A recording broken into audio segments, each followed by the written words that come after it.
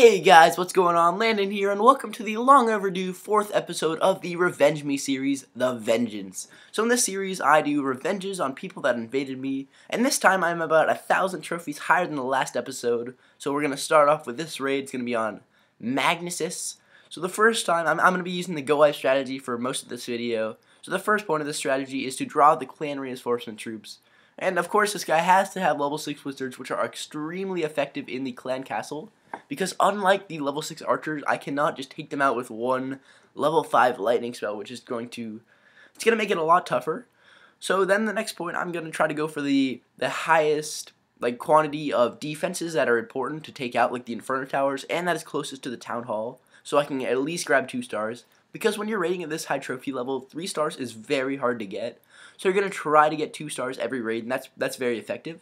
So that was a bad ice spell. I did not mean to drop it. I mean, it did help take out the Archer Queen and their clan reinforcement troops, but it did not go over the Inferno Tower, which I usually like to use raid spells for, or ice spells or freeze spells to reset the damage on the Inferno Tower, because that really hinders the damage of output of the defense.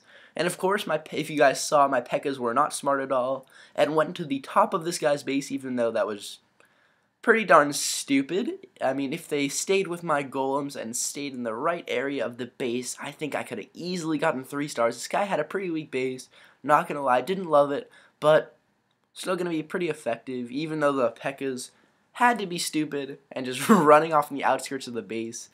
When you're using the Go Life strategy, you want to clear such a simple path for the troops, and even if you do, sometimes they're not gonna take the path and are gonna be stupid, like they were in this raid.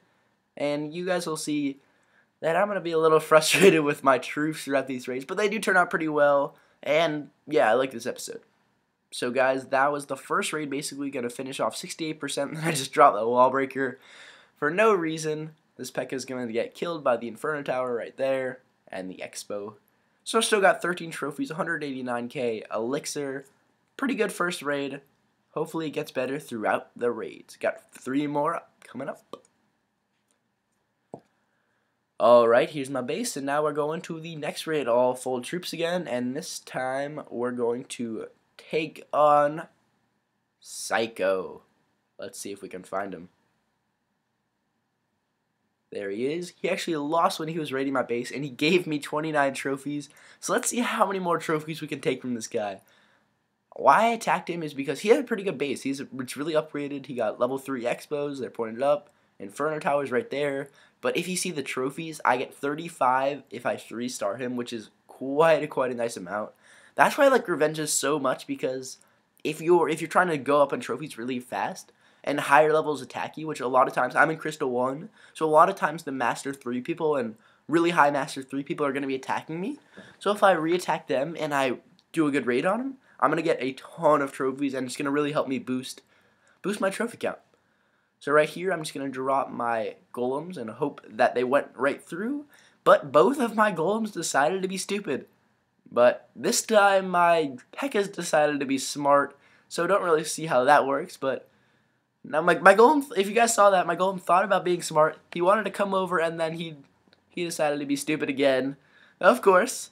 But we're not doing bad. The wizards are coming through pretty well, but without the golems or the P.E.K.K.As near the wizards, they aren't very effective because they can't take the expos and the mortars at the same time. If my P.E.K.K.A and golem went through that main compartment, which I really hope they would, then this raid would have been an easy 2-star victory.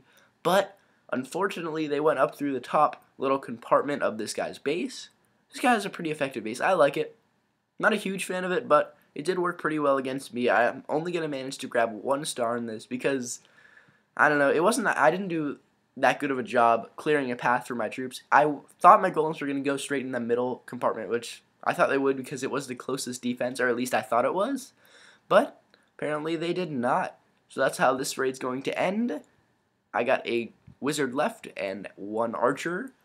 Look, the level 6 wizard is pretty epic. He shoots a really cool looking fireball, but still that cannon can take him out really fast, and that one-shots the archer. So that's going to be the second raid, but guys, don't worry, this will be the worst raid of the video. It's going up from here. 2 more left for you guys, And now we're going against the Masters people, which is going to be pretty epic. So this guy took a ton of resources from my base. He 98% me and just wrecked me. But he is in Masters 3, so I'm going to be able to gain more trophies from him.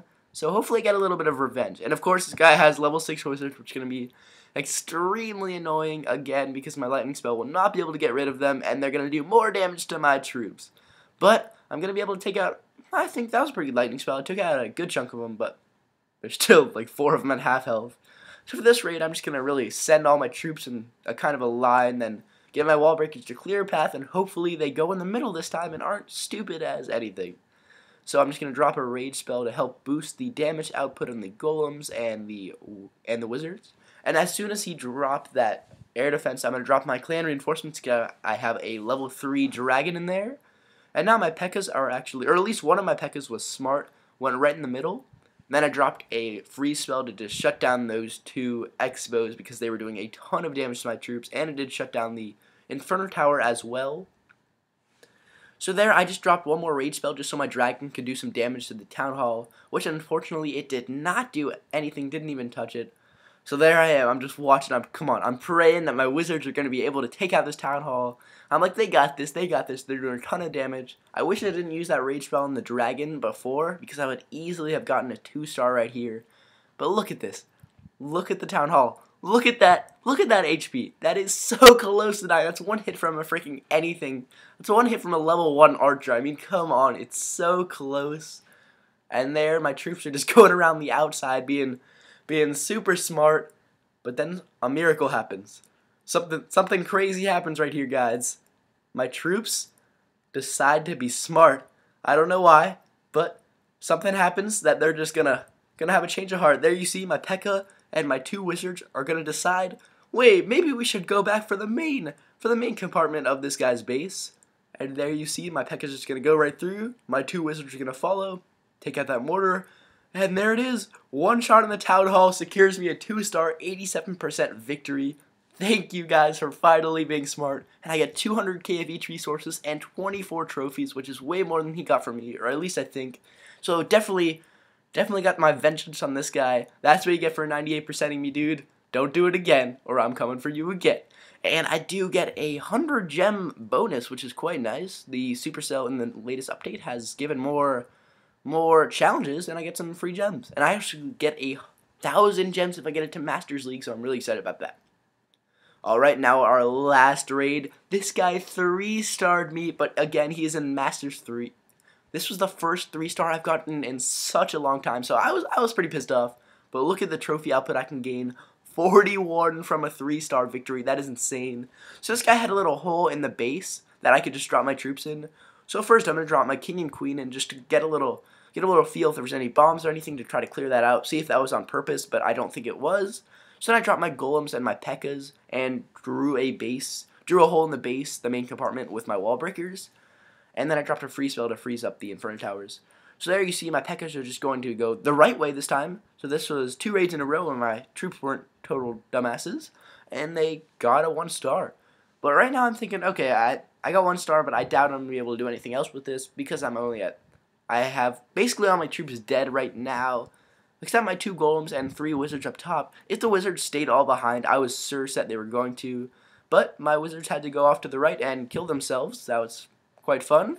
But that one wizard behind them is actually going to be very smart and just let the golems tank for him and let him do work. And the archers down there, this guy kind of threw away his barracks, which is never a good idea. And he put his builder hut in the top corner, which I don't like. I'm really not a fan. I used to always do that in my bases because I thought it was a good idea. If your base did get 2-star, like 99%, and people were just running to get a 3-star, but you can also like drag clan reinforcement troops and it's bad idea. So I do not recommend throwing any buildings out there. So I just dropped a raid spell for my wizard to help get these resources out because this guy was pretty loaded. So any shot was actually going to pay me.